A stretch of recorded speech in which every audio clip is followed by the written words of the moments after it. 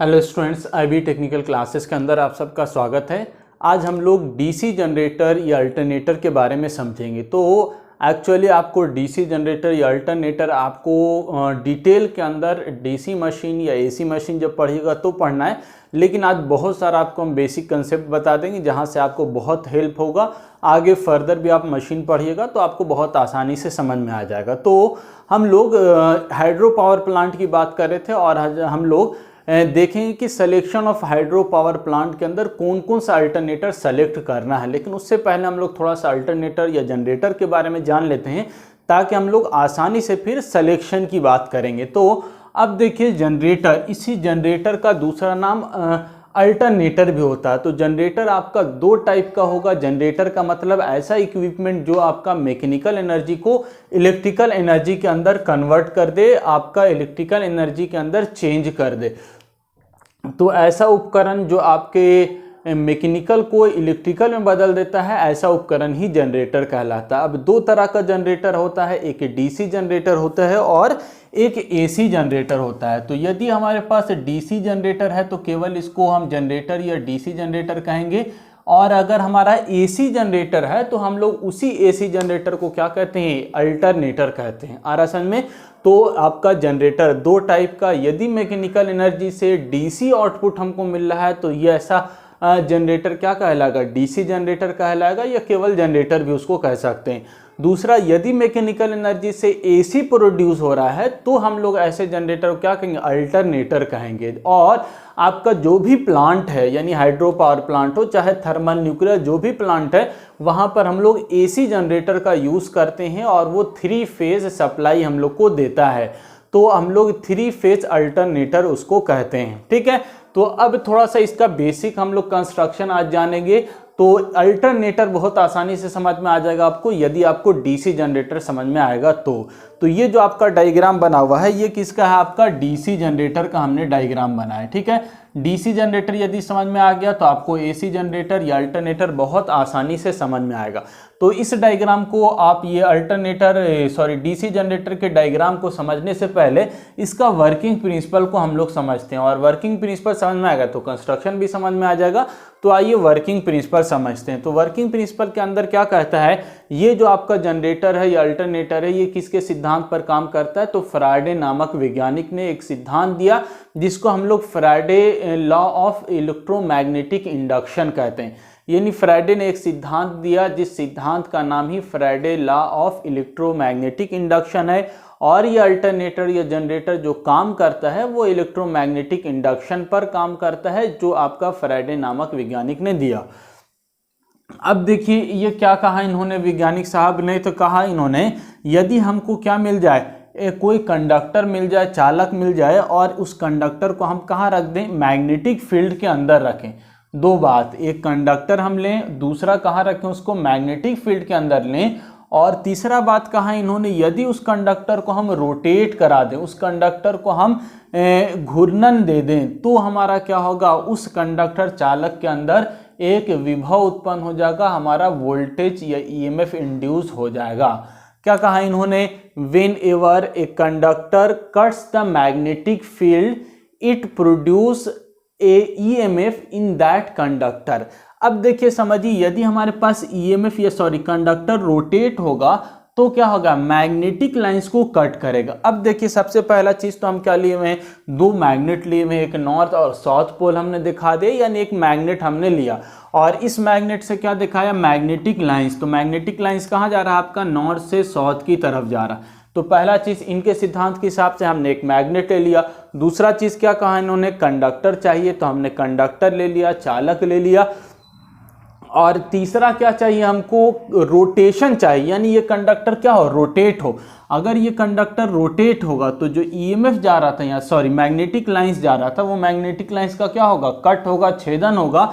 और जैसे ही magnetic lines cut होता है तो इस कंडक्टर के अंदर ईएमएफ इंड्यूस हो जाता है। बस यही इनका सिद्धांत है, जिस सिद्धांत पर आपका क्या होता है, ईएमएफ इंड्यूस होता है और जनरेटर आपका काम करता है। तो आप ये रोटेट कब होगा, जब इसको मैकेनिकल एनर्जी दीजिएगा। तो रोटेशन के लिए मैकेनिकल एनर्जी, और जैसे मैकेनिकल एनर्जी दीजिएगा फ्लक्स कट होगा और इसके अंदर ईएमएफ इंड्यूस हो जाएगा। तो whenever a conductor place in a magnetic field and it rotate then EMF is induce in that conductor. आप लिख सकते हैं इसको स्टेटमेंट को, या आप डीसी मशीन के अंदर पढ़िएगा तो वहां पर आपको डिटेल के अंदर मिल जाएगा। तो जब हम किसी चालक को, कंडक्टर को किसी चुंबकीय क्षेत्र में रखते हैं और इसको रोटेट कराते हैं, घूर्णन देते हैं, घुमाते हैं, तो आपका इस कंडक्टर के अंदर EMF इंड्यूस हो जाता है। और यही सिद्धांत आपका Faraday law of electromagnetic induction का सिद्धांत कहलाता है। ठीक है, तो अब देखिए इसी चीज को फॉर्मूला अब तक लैंग्वेज में जो बोल लेते हैं, when ever a conductor cuts the magnetic lines EMF induce, तो इसी चीज को जो स्टेटमेंट है, इसी चीज को फॉर्मूला के टर्म में लिखा गया। तो हमको EMF के लिए 3 चीज चाहिए। फैराडे ने कहा 3 चीज हमको चाहिए। पहला चीज क्या चाहिए? मैग्नेटिक फील्ड चाहिए। तो मैग्नेटिक फील्ड को किस से नोट कर रहे हैं हम? B से नोट कर रहे हैं। ठीक है, पहला मैग्नेटिक फील्ड। दूसरा क्या चाहिए हमको? L लेंथ ऑफ कंडक्टर, यानी कोई कंडक्टर चाहिए। तो दूसरा जो L है वो क्या दर्शा रहा है? आपका कंडक्टर को, L लेंथ का कोई कंडक्टर, चालक हमने इस चुंबकीय क्षेत्र में रख दिया।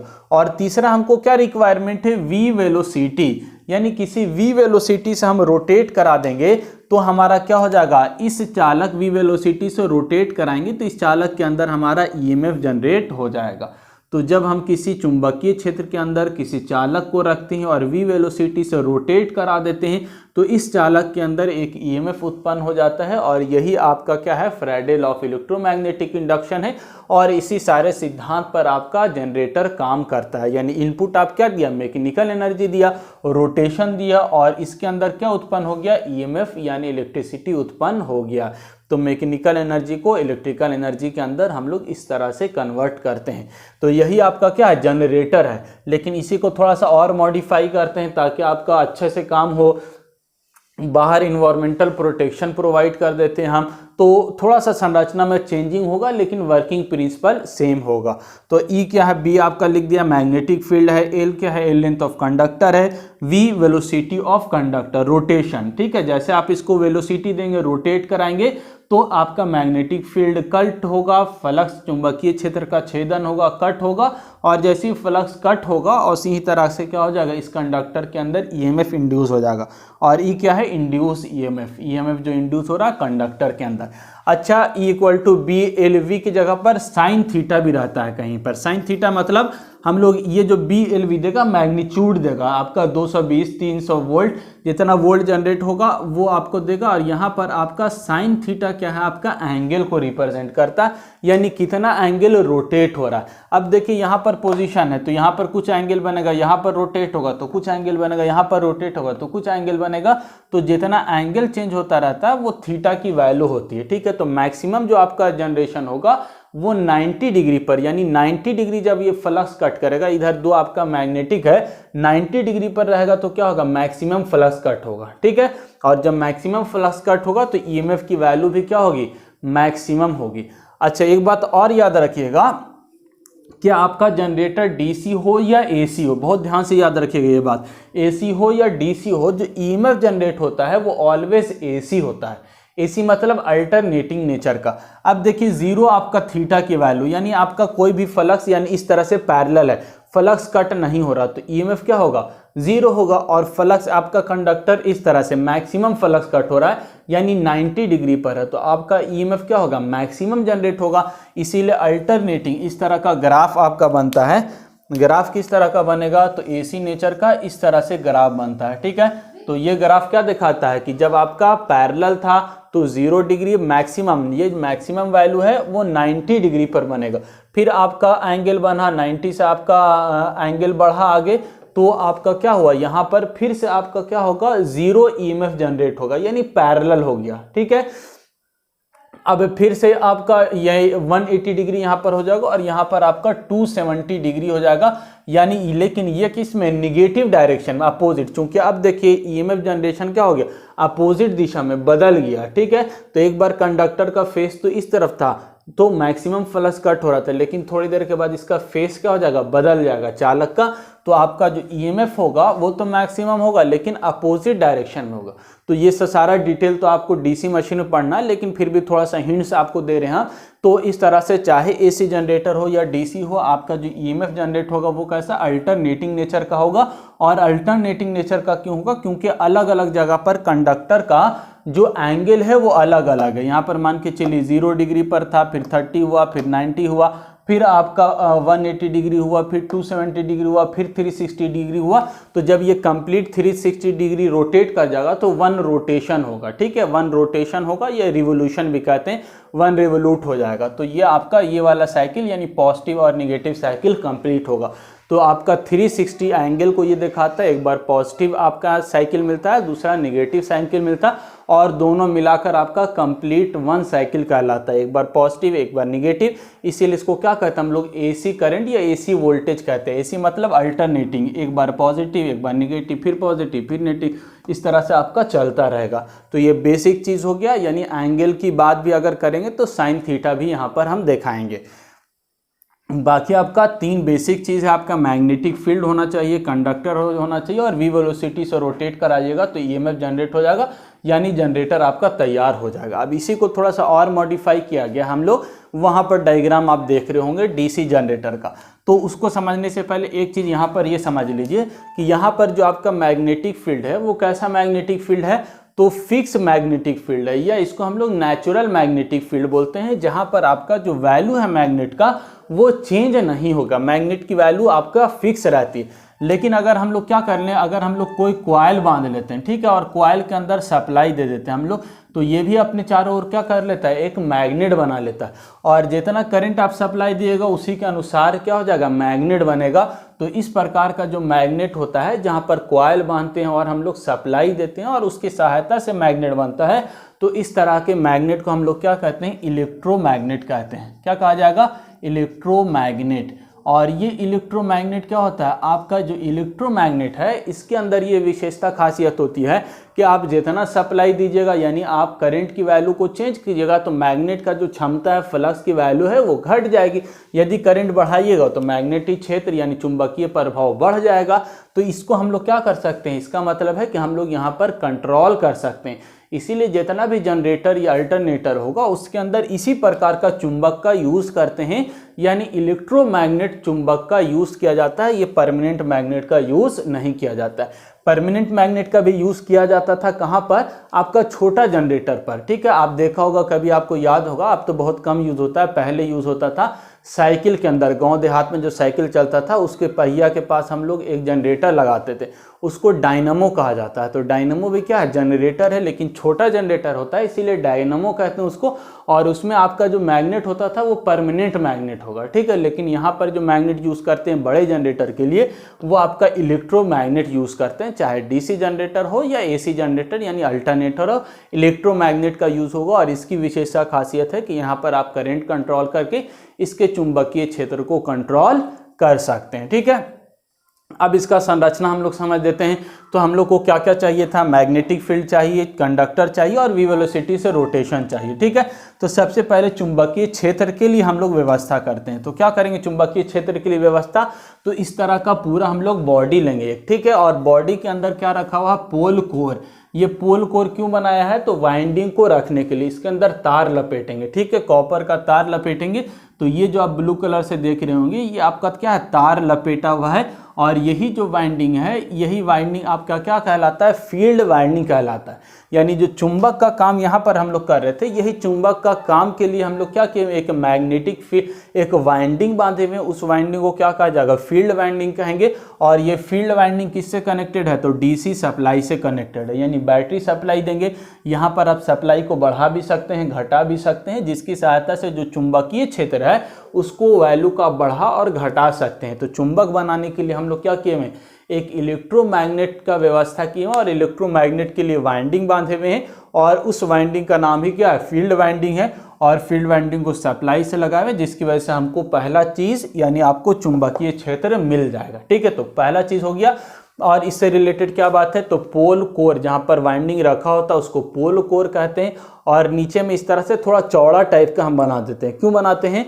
तो ताकि वाइंडिंग आपका जब जनरेटर चलेगा थोड़ा बहुत वाइब्रेशन होगा तो वाइंडिंग आपका नीचे नहीं गिर जाए, उससे बचने के लिए हम लोग क्या करते हैं, इसको नीचे में चौड़ा कर देते हैं थोड़ा सा, इसी को पोल शू कहा जाता है। इसके अलावा जो चुंबकीय क्षेत्र है उसकी वैल्यू को भैया क्या करता है, बढ़ाता है। यदि चौड़ा कर दीजिएगा नीचे तो नीचे वाला जो पोर्शन उसको पोल शू कहा जाता है, यानी जूता टाइप का चौड़ा होगा, जिसकी वजह से वाइंडिंग नीचे गिरने से बच जाएगा और साथ ही साथ चुंबकीय क्षेत्र का फैलाव भी होगा। तो ये फील्ड वाइंडिंग से रिलेटेड बात हो गई, यानी चुंबकीय क्षेत्र मिल गया पहला चीज। दूसरा चीज आप देखिए हमको क्या चाहिए था, चालक चाहिए था। तो चालक के लिए यानी कंडक्टर के लिए हम लोग क्या किए, एक और वाइंडिंग बांधे हुए। इस वाइंडिंग को हम यहाँ पर जो वाइंडिंग बांधा हुआ होगा इसी वाइंडिंग को क्या कहते हैं, आर्मेचर वाइंडिंग कहेंगे। और आर्मेचर वाइंडिंग क्या करेंगे, गड्ढा गड्ढा बनाते हैं, ठीक है, ताकि वाइंडिंग को उसके अंदर क्या कर सके, बांध सके। तो वाइंडिंग ये आपका सर्कुलर फ्रंट व्यू सामने से दिख रहा है लेकिन लंबा टाइप का होगा, यानी सिलेंड्रिकल होगा, पेन की तरह। इधर से वाइंडिंग लीजिएगा, इधर से दूसरे गार्ड में फंसाइएगा, फिर इधर से लीजिएगा, फिर इधर फंसाइएगा, तो इस तरह से वाइंडिंग किया हुआ होता है। तो ये जो आपका होता है इक्विपमेंट जहाँ पर वाइंडिंग रखते हैं, तो इस पूरे उपकरण को हम लोग क्या कहते हैं, आर्मेचर कहा जाता है। क्या कहेंगे हम लोग, आर्मेचर। नाम याद रखिएगा, आर्मेचर मतलब जहां पर हम लोग वाइंडिंग को रखते हैं, कंडक्टर को रखते हैं, जिसको हमको रोटेट कराना है, तो ये आर्मेचर होगा। और इसके अंदर जो वाइंडिंग हुई है गोल गोल से हमने दिखाया है, ये एक्चुअली आपका क्या इस तरह से लपेटा हुआ होता है लंबा में, ठीक है, सिलेंड्रिकल टाइप का होगा ये। तो ये वाइंडिंग आपका आर्मेचर वाइंडिंग कहलाएगा। और जो घाट है जिसके अंदर गड्ढा बना हुआ है, जिसके अंदर वाइंडिंग हमको फंसाना है, इस घाट को हम क्या कहते हैं, आर्मेचर स्लॉट कहते हैं, ठीक है। तो अब देखिए ये पूरा आपका आर्मेचर हो गया, आपका नीचे अंदर वाला भाग आर्मेचर स्लॉट कहलाएगा। और ऊपर में जो घाट का ऊपर वाला भाग होगा दांत के तरह बना हुआ होता है, तो इसको क्या कहते हैं, आर्मेचर टीथ कहते हैं, ठीक है। और अंदर वाला भाग जहां पर वाइंडिंग रखते हैं इसको क्या कहा जाएगा, आर्मेचर स्लॉट कहेंगे। तो सब मिलाकर कुल मिलाकर सब व्यवस्था किस लिए कर रहे हैं, ताकि हम आर्मेचर वाइंडिंग को रख सकें और इसको हम रोटेट कर सकें। अगर सिंपल आप इस तरह चिकना के अंदर वाइंडिंग बांधिए तो क्या होगा, रोटेट कीजिएगा तो सब वाइंडिंग इधर उधर हो जाएगा, भाग जाएगा। तो हम लोग एक जगह पर फिक्स रहे, हिले अपनी जगह से नहीं, तो गड्ढा बनाते हैं, घाट बनाते हैं, उसी घाट को आर्मेचर स्लॉट कहा जाता है। अपर वाला भाग को आर्मेचर टीथ कहते हैं, पूरे को हम लोग आर्मेचर कहते हैं, और जो वाइंडिंग रखते हैं उसको आर्मेचर वाइंडिंग रखते हैं। और कुल मिलाकर के क्या हुआ, ये हम लोग कंडक्टर, इसके अंदर जो सिंपल एक डंटा यहाँ पर दिखा दिया था, उसी के लिए हम लोग इतना मेहनत यानी वाइंडिंग हम लोग बांधते हैं। आप लोग भी देखा होगा पंखा उंखा में भी इस तरह का वाइंडिंग बंधा हुआ होता है। तो वाइंडिंग यहाँ पर रखा हुआ, तो ये आपका आर्मेचर वाइंडिंग। इसी वाइंडिंग को अब हमको क्या है, ये वाइंडिंग हमको मिल गया, पहला मैग्नेटिक क्षेत्र मिल गया जिसको फील्ड वाइंडिंग कह रहे थे। दूसरा चुंबकीय क्षेत्र कंडक्टर बनाने के लिए हम लोग क्या हुए हैं, वाइंडिंग एक और बांधा हम लोग, तो ये दूसरा आपका जो कंडक्टर होगा इसी को आर्मेचर वाइंडिंग कह रहे हैं। तो दो चीज़ आपको मिल गया, मैग्नेटिक फील्ड मिल गया और कंडक्टर मिल गया। तीसरा क्या चाहिए हमको, रोटेशन चाहिए, चालक को घुमाना। तो चालक को घुमाने के लिए क्या करेंगे, बीच में यहाँ पर एक शाफ्ट होता है, ठीक है, लिखा नहीं हमने, शाफ्ट आप लिख दीजिए। ये शाफ्ट क्या होगा आपका, यानी लोहे का एक प्रकार का डंटा होता है, इसी शाफ्ट के ऊपर वाइंडिंग बंधा हुआ होता है, यानी आर्मेचर होगा, आर्मेचर के ऊपर वाइंडिंग होगा। तो इस शाफ्ट को आप घुमाइएगा, रोटेट कीजिएगा, तो शाफ्ट जब रोटेट होगा तो इसके ऊपर रखा हुआ आर्मेचर भी रोटेट होगा। और जैसे ही आर्मेचर रोटेट होगा तो ये जो आपका मैग्नेटिक फील्ड है, ये मैग्नेटिक फील्ड यहाँ से यहाँ north pole south pole, north pole south pole, इस तरह से जो चुंबकीय क्षेत्र होगा उस फ्लक्स का, मैग्नेटिक फील्ड का क्या होगा, छेदन होगा, कट करेगा और इस चालक के अंदर ईएमएफ उत्पन्न हो जाएगा। यानी तीनों चीज़ आपको मिल गया, बी भी मिल गया, मैग्नेटिक फील्ड भी, एल भी मिल गया कंडक्टर, और वी वेलोसिटी से आपने इसको रोटेट भी कर दिया। यदि इसी अल्टरनेटर यानी शाफ्ट को यदि हम वाटर टरबाइन के साथ लगा दिया तो आपका हाइड्रो पावर प्लांट बन गया, थर्मल वाले टरबाइन के साथ लगा दिया तो थर्मल पावर प्लांट बन गया, विंड टरबाइन के साथ लगा दिया तो विंड पावर प्लांट बन गया। तो अल्टरनेटर का जो शाफ्ट है उसको किसी के साथ भी आप कनेक्ट कीजिए, इसको सिर्फ मैकेनिकल एनर्जी चाहिए, ठीक है। अब देखिए इसके अंदर एक और उपकरण लगाए हुए हैं हम, ठीक है, ये वाला उपकरण अंदर में जो दिख रहा है आपको, ये वाला सर्किल, ठीक है। तो ये सर्किल आपका क्या है, तो इस सर्किल को हम क्या कहते हैं, आपका कम्यूटेटर कहते हैं। ये कम्यूटेटर का काम क्या होता है, तो कम्यूटेटर का काम आपका होता है एसी को डीसी में बदलना। एसी को डीसी में क्यों बदल रहे हैं? क्योंकि आपका कौन सा जनरेटर है? डीसी जनरेटर है। तो डीसी जनरेटर में हमको आउटपुट क्या चाहिए? डीसी चाहिए। तो यदि हमको आउटपुट डीसी चाहिए तो हम क्या करेंगे? एक डिवाइस लगाएंगे जिसको हम कम्यूटेटर कहते हैं। तो ये एक क्या है? एक ऐसा उपकरण है जो आपका एसी सप्लाई को डीसी सप्लाई के अंदर बदल देता है। तो आर्मेचर के अंदर कैसा उत्पन्न हो रहा है? एसी हो रहा है। अभी हम बात किया था डीसी हो चाहे एसी हो, क्या होता है? एसी उत्पन्न होता है। तो डीसी जनरेटर है तो हमको क्या करना होगा? उसको डीसी में आउटपुट बदलना होगा। तो हम उसके लिए एक डिवाइस लगाएंगे जिसको हम लोग कम्यूटेटर कहते हैं। ये किस तरह से काम करता है? जब डीसी मशीन पढ़िएगा तो वहाँ पर आपको ये टॉपिक कम्यूटेटर आएगा। लेकिन अभी इतना याद रख लिए, commutator is a device which convert AC supply into DC supply. ठीक है, तो ये कम्यूटेटर का काम हो गया। इसके बाद जो करंट है, और ये सब सारा कम्यूटेटर, आर्मेचर भी रोटेट हो रहा है, कम्यूटेटर भी रोटेट हो रहा है। अब हमको वहाँ से बाहर निकालना ना सप्लाई, वहीं तो रखना नहीं, बाहर निकालना है। तो बाहर कैसे निकालिएगा? तो उसके लिए एक उपकरण लगाते हैं जिसको हम ब्रश कहते हैं। ये कार्बन का बना हुआ होता है, इसके ऊपर सटा हुआ होगा, यानी ये आपका स्टेशनरी होगा, रुका हुआ होगा, और हल्का सा यानी इस तरह से ये वाला रोटेट हो रहा है तो हल्का सा इसके टच में होगा ताकि ये रोटेट भी होता रहे और वहाँ से करंट कलेक्शन का भी काम होता रहे। तो brush is a current collecting device which collect the current from the commutator. ठीक है, तो कम्यूटेटर से करंट कलेक्ट करता है। अब यहाँ से आप क्या लगा दीजिएगा? यहाँ से वायर लगा दीजिए, और वायर लगा के आप बाहर डीसी से बाहर आप सप्लाई ले लीजिए डीसी। आप यहाँ से फिर क्या कर दीजिए? बल्ब लगा दीजिए, पंखा लगा दीजिए, फ्रिज चला दीजिए, सब चलेगा यहाँ से। तो ये आपका कंप्लीट आपका डीसी जनरेटर से रिलेटेड सारी बात हो गई। अब बाहर वाला जो बॉडी होता है इसको क्या कहते हैं? योक कहते हैं। ये योक यानी बाहर का जो बॉडी है योक, ये आपको क्या करता है? इन्वायरमेंटल इफेक्ट से बचाता है। पानी है, वर्षा है, गर्दा है, तो डस्ट से ये सारा चीज़ से प्रोटेक्शन प्रोवाइड करता है। साथ ही साथ जो चुंबकीय क्षेत्र होता है, इस चुंबकीय क्षेत्र को एक पोल से दूसरे जगह लाने में भी ये सहायता करता है। ठीक है, और क्या है? बेस से नीचे बेस होता है, ऊपर में अगर हमको एक जगह से दूसरी जगह ले जाना तो यहाँ पर एक तरह का बोल्ट लगा होता है, आई बोल्ट बोलते हैं। तो इस तरह से आप सारा चीज़ समझ में आएगा डीसी जनरेटर। अब देखिए एक इंपॉर्टेंट चीज़ आपको हम बता रहे हैं, वो क्या है कि हमारा अल्टरनेटर में क्या होगा। ये तो डीसी जनरेटर की बात कर लिया हम, तो अल्टरनेटर में क्या, यानी एसी जनरेटर में क्या होगा? तो सबसे पहला बात तो हम एसी जनरेटर के अंदर ये कम्यूटेटर का यूज़ नहीं करेंगे। क्यों नहीं करेंगे? क्योंकि एसी हमको चाहिए, तो वहाँ तो डीसी में बदलना नहीं, तो एसी अल्टरनेटर के अंदर कम्यूटेटर नहीं लगा हुआ होता। ये पहला बात है। दूसरा बात, यहाँ पर रोटेट कौन को कर रहा है? तो रोटेट आपका आर्मेचर वाइंडिंग कर रहा है। तो इसको हम लोग क्या कहते हैं? यहाँ पर रोटर कहते हैं। रोटर मतलब जो रोटेट हो रहा है। और रुका हुआ कौन है? तो आपका फील्ड वाइंडिंग रुका हुआ। तो फील्ड वाइंडिंग को हम क्या कहते हैं? स्टेटर कहते हैं। स्टेटर मतलब रुका हुआ, स्टेट है, स्टेशनरी जगह पर है। ठीक है, तो आपका जो डीसी जनरेटर होता है, डीसी जनरेटर में आपका क्या होगा? जो फील्ड वाइंडिंग है वो स्टेटर होता है, रुका हुआ होता है, और जो आपका आर्मेचर होता है वो आपका रोटर होता है। अब ध्यान से सुनिएगा, जो एसी जनरेटर है, अल्टरनेटर है, वहां पर इसका जस्ट उल्टा होगा, अपोजिट होगा। इसी में हम आपको बता देते हैं। उल्टा होगा का मतलब आपका जो फील्ड वाइंडिंग है, वो फील्ड वाइंडिंग क्या करेगा? आपका फील्ड वाइंडिंग रोटेट होगा, और जो आर्मेचर है वो आर्मेचर आपका स्टेशनरी रहेगा। तो हमारा कंस्ट्रक्शन थोड़ा सा चेंजेस हो जाएगा।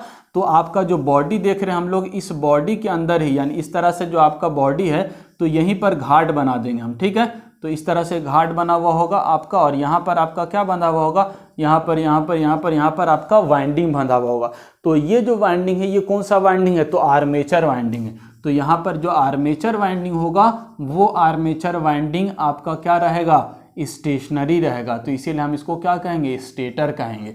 और आपका जो फील्ड वाइंडिंग है, ये फील्ड वाइंडिंग रोटेट होगा। इस तरह से वाइंडिंग मान देंगे और ये फील्ड वाइंडिंग रोटेट होगा। तो ये फील्ड वाइंडिंग क्या कहलाएगा आपका? ये आपका जो फील्ड वाइंडिंग होगा, इस फील्ड वाइंडिंग को हम लोग क्या कहेंगे? वहाँ पर क्या कह रहे थे? स्टेटर कह रहे थे, लेकिन यहाँ पर ये क्या हो जाएगा?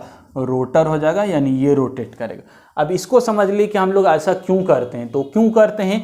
क्योंकि अब देखिए आर्मेचर वाइंडिंग, तो ईएमएफ कहाँ जनरेट हो रहा था? आर्मेचर के अंदर। तो यदि अल्टरनेटर बनाएंगे तो अल्टरनेटर तो बड़ा होता है, 11 केवी जनरेट करना, हमको 33 केवी करना है, तो 11 केवी भी हो रहा है, तो बहुत हायर वोल्टेज हो रहा है। तो हमको जो वाइंडिंग बांधना पड़ेगा बहुत हेवी वाइंडिंग बांधना पड़ेगा, बड़ा वाइंडिंग होगा, तो इस वाइंडिंग को रोटेट करना, घुमाना डिफ़िकल्ट होता है, मेहनत ज़्यादा लगे घुमाने में। तो हम क्या कर देंगे, इसको वाइंडिंग ना घुमाकर फील्ड वाइंडिंग को घुमा देंगे। दोनों में से कोई भी घूम जाएगा तो मेरा फ्लक्स कट हो जाएगा, ईएमएफ जनरेट होगा, उसमें हमको दिक्कत नहीं।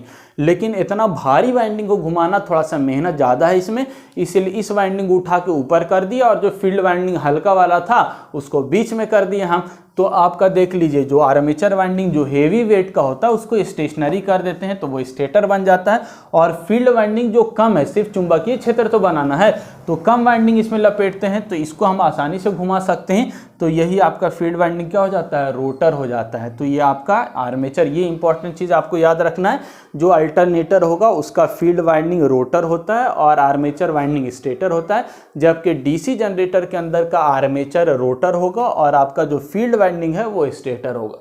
तो ये आपका जनरेटर से रिलेटेड सारी बात हो गई, अल्टरनेटर भी आपको समझ में आ गया। अब नेक्स्ट जो अल्टरनेटर के अंदर थोड़ा सा आपका जो रोटर है यानी फील्ड वाइंडिंग है, ये दो टाइप का होता है, इसको हम लोग डिस्कस कर लेंगे। एक को आप क्या कहेंगे, साइलेंट पोल रोटर कहेंगे, दूसरा नॉन साइलेंट पोल रोटर होता है। तो इसके अंदर जो रोटर लगा हुआ है यानी फील्ड वाइंडिंग यहाँ पर रखा हुआ है, इसके बारे में थोड़ा सा और डिस्कशन हम लोग कर लेंगे, तो आपका ये पूरा कंप्लीट अल्टरनेटर से रिलेटेड सारी बात हो जाएगी। आज के लिए इतना ही, थैंक यू।